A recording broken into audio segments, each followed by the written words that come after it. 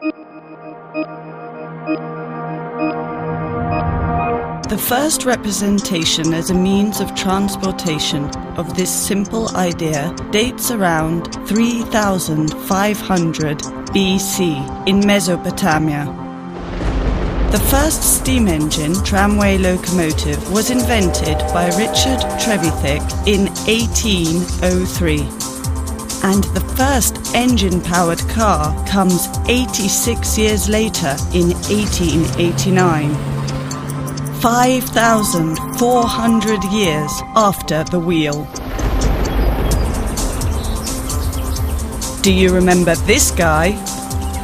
Among other things, around year 1480, he was dealing with flying machines and flapping wings. Well, only 400 years later, in 1903, the Wright brothers made the first flying machine. Paying our attention to recent times, did you know that the ENIAC was the first computer created in Pennsylvania around 1940?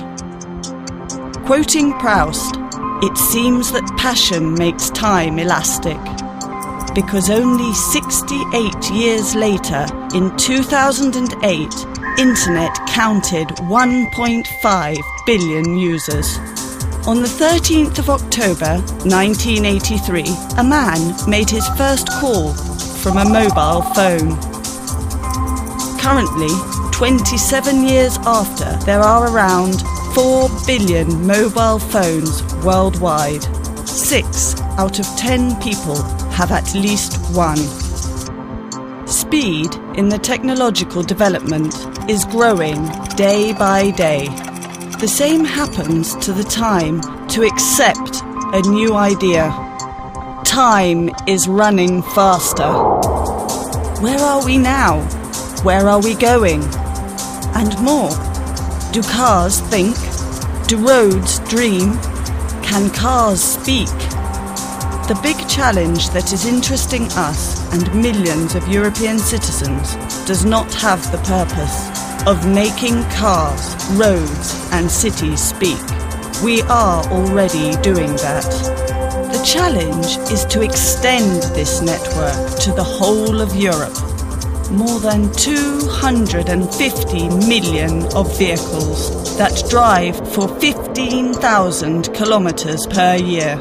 More or less 9 million times the distance from the Earth to the Moon. The challenge is to create a network through which cars and roads have a dialogue like friends. The advantage lies in improving significantly our quality of life, improving mobility and the environment that surrounds us, and making our movements much safer. It is a revolution.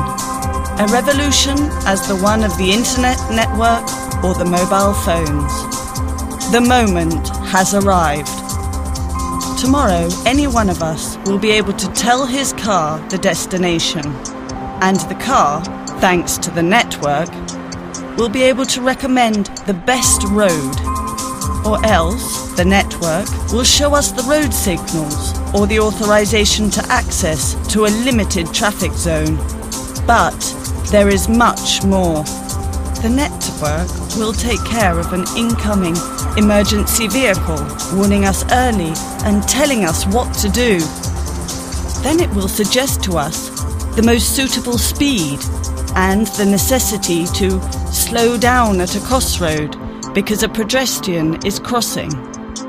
Then it can also suggest to us to take the next entrance to the city bypass to avoid intense traffic.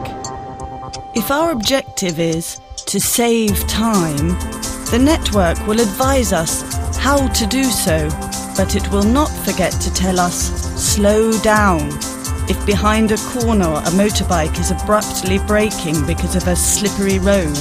Global networks for mobile phones and computers were considered impossible a few years ago, so nowadays, mobility network is a reality.